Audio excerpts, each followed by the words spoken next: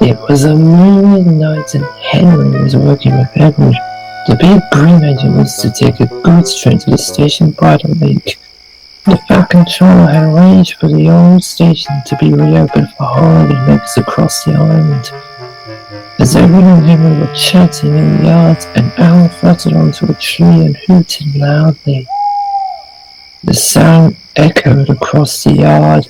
It sounded very spooky. When Edward heard the noise, he knew he had to tell Henry about the station. "Whenever that owl hoots, a mist rolls in," murmured Edward. "There's a legend that when the mist's about, there's a ghost about too. An old station master used to work at the station on the old branch line, but one day he walked out into the holy night and was never seen again. Legend has it that on a night just like this night, its ghost still roams the old station, guarding the place as if it was his own." "Rubbish!" howled Henry. "Everyone knows ghosts do not exist. They're just silly make-believe, that's all. Now I have to deliver my goods to that old station and I don't want to be late." Edward sighed. "Take care on the old line, Henry, and look out for the hoot of an owl, and the ghost won't be too far behind." "Stupid bird," said Henry.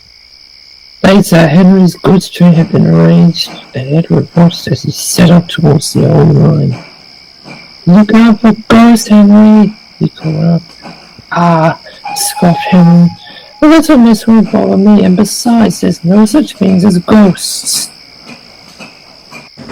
But as Henry popped along the line, he began to think about Edward's story. It seemed to be playing tricks with him. Owls, mists, ghosts. Edward's going salt in the boiler. There's no mist. Henry tried to shrug off the story. He was sure that there was no mist to stop him. But Henry was wrong. The fog came down so quickly. As he popped along the tracks, he began to feel very uneasy. "Oh my," gasped Henry. It was very spooky indeed, and all he could think about was Edward's story. Suddenly he thought he saw something glowing in the mist. Henry couldn't see what it was and tried to get closer to it. "What's that?" cried Henry. His driver applied the brakes. He stopped at the light. He couldn't tell what it was, but his driver could. He peered from the cab to see what it was. "It's an amber lamp," murmured his driver. "That means proceed with caution." But who would leave a lamp on a tree in the middle of the night? As they gazed at the lamp, it shone brightly in the night and seemed to take on a ghostly look. "Someone must have put it out to warn us," thought Henry's driver. But who?" stuttered Henry, who was quite intrigued. "Who's there?" roared Henry's driver. The sound echoed everywhere, but no one replied. The forest was very quiet, and all trees seemed to take on ghostly shapes. They groaned and creaked as the cold wind blew. Henry whistled loudly, but there was still no reply. Henry was beginning to get nervous. "What are we going to do now?" asked his driver. "We better keep moving, old boy," Henry's driver answered. So they did. Henry crept slowly forwards. The trucks could see he was nervous and decided to tease him. Scared engine," they chortled. But Henry didn't answer. He was trying to focus on delivering his goods. Up the line he saw a signal. That meant he had to stop. He stopped by a tree. He had a sign nailed to it. Beware of the viaduct. It was written in red marker and sat upon the old tree. That's odd, thought Henry. Edward never told me about a warrior on this branch. The driver was surprised. No one warned us about that before, and besides, there's no one else here but us.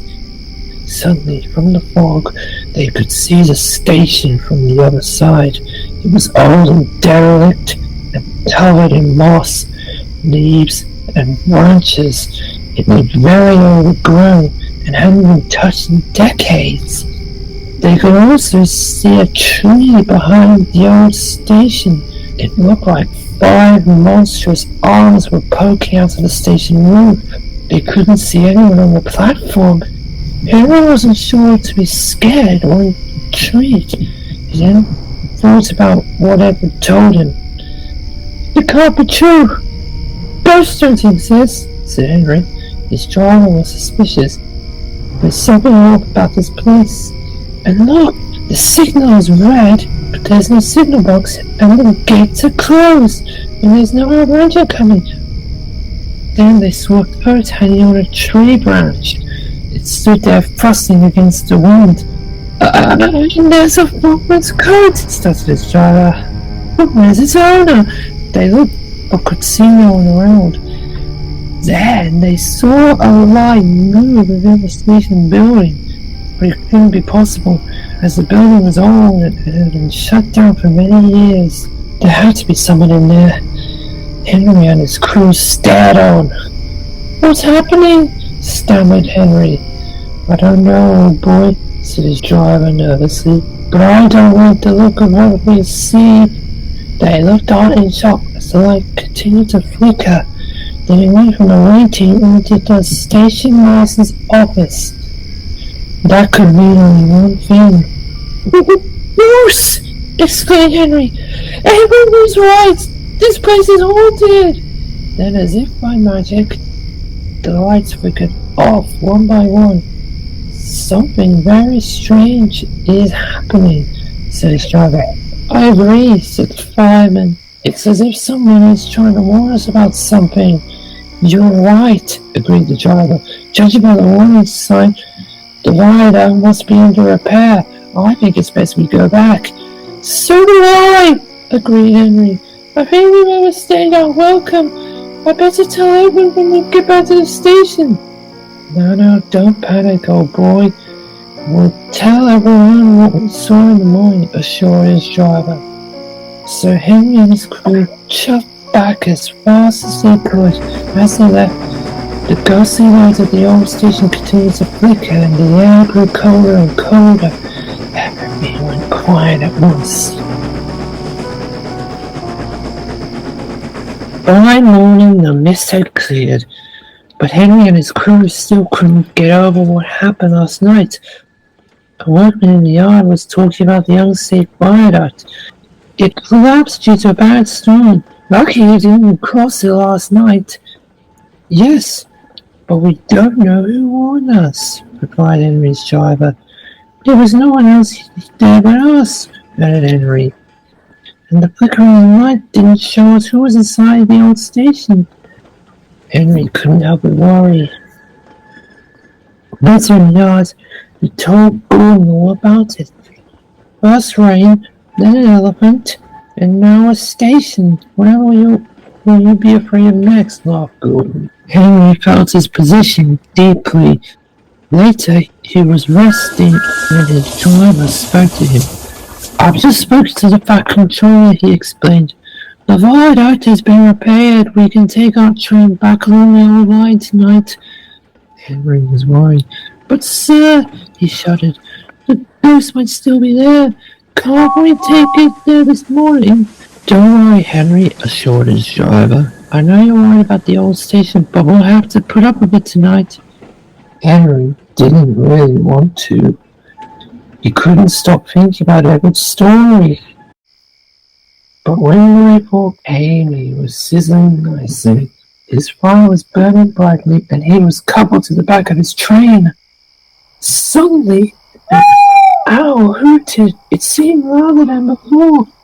As it echoed across the yard, Henry jumped in fright. He had heard that all before. Edward's story came back to him now as more than thundered. Henry was so frightened he nearly jumped off the rails. "Oh, look, Henry spooked," said a truck in the others giggled in their same way. Scared engine, they all laughed. "Be quiet," snapped Henry. "I am not scared." But he was, a little. He knew he had to carry on with his work. As the owl stood up on the tree, it stared at Henry coldly as the moon shone brightly from behind. Then the guard's whistle blew. As bravely as he could, Henry puffed away at his train to the old station by the lake. As Henry rolled under the stone bridge, he knew what was about to come next. "The air's getting colder," he thought, "but I must be brave and keep going." A heavy fog came down. It became thicker and thicker by the minute. As they approached the same area, they saw the amber light again. "Here we go," said Henry's driver. "We must proceed with caution, old boy." So they did. The trucks weren't hesitant to start teasing Henry. "Look out for close, Henry!" they jeered.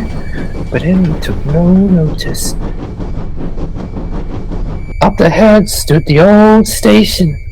It looked more overgrown than it had been before, and as if on cue, the lights started flickering on and off by themselves again. The trucks noticed the light too, and were worried. "What was that?" they called. Henry knew what was happening. Then, unbeknownst to him, the gates mysteriously closed by themselves. But there was no one else coming, and the signal went red, just like it did before, as if someone was trying to warn him. The trucks had seen all, and they were spooked too. Even they started to believe in Edward's story. "Faster, faster, there's a ghost about!" they cried and began to pick up speed, pulling Henry along with them. "Stop! Stop!" yelled Henry. "The gates are closed and the signal is red. We have to stop!" But the trucks wouldn't listen. They forged past the red signal at top speed, and as they neared the crossing, trucks broke through the gates with a crash. Splintered wood flew everywhere. "Don't stop, Henry!" called his driver. "Keep going!" As they roared past the station, a mysterious figure watched Henry go by. Henry knew the viaduct would be just up ahead. "Just one more effort and we're safe," he thought, but they weren't. Ahead was a landslide with loose rocks and boulders blocking the line. The line leading to the viaduct crossed over a high ravine which led to a deep drop down below. Now Henry and his crew were in trouble. "Look out, Henry!" called his driver. Henry braked hard, but the trucks hit some of the rubble and plunged into the ravine. No one was hurt, but the trucks lay dazed and surprised. They were barely shaken up from the crash. They were too scared to say anything, and they lay frozen in deep fear. Then the fog lifted from the ravine, and the air grew colder and colder. Henry looked down at the mess from below and realized something. "The ghost was trying to warn us all along," he exclaimed. "Should have known." Just then, Henry's driver saw a strange sight coming towards them. It looked like an old man on a pump trolley. "What's that?" he said, not being able to see through all the fog. "That's our ghost," the fireman laughed. "It's old Bailey, the fogman. He was the one trying to warn us all along." Old Bailey was very cross. "I tried to warn you about that viaduct. Why didn't you pay attention?" he asked. "We're sorry," replied the driver. "We thought you were the ghost of someone haunting the old station." "I was only trying to keep you lot safe," said old Bailey. "I was the one who closed the gates and switched the signal to danger." "And the flickering lights? The amber lamp?" asked the crew. "I did all this to make sure you would proceed with caution, and I left my coat on a branch to ensure you understood the warning. Is there anything we can do to thank you? Asked the driver. I'd like to operate that old station, he said. The flight controller should give me a chart, and I promise I won't spook Henry again. Henry smiled. So all this time, he thought, Edward tried to scare me about some silly old station. I knew there was no such things as ghosts. And in a little while, old Bailey's wish was granted. The station was finally reopened, and the Fat Controller held a big celebration for the grand opening. You and your old station will be very useful, said the Fat Controller. I'm sure you did well at warning my engine, so let's hear a hearty thank you to the friendliest, ghost on the island, laughed old Bailey. Everyone cheered, especially Henry, who was the happiest of all. Silly old Edward, silly old Al, and silly old ghosts.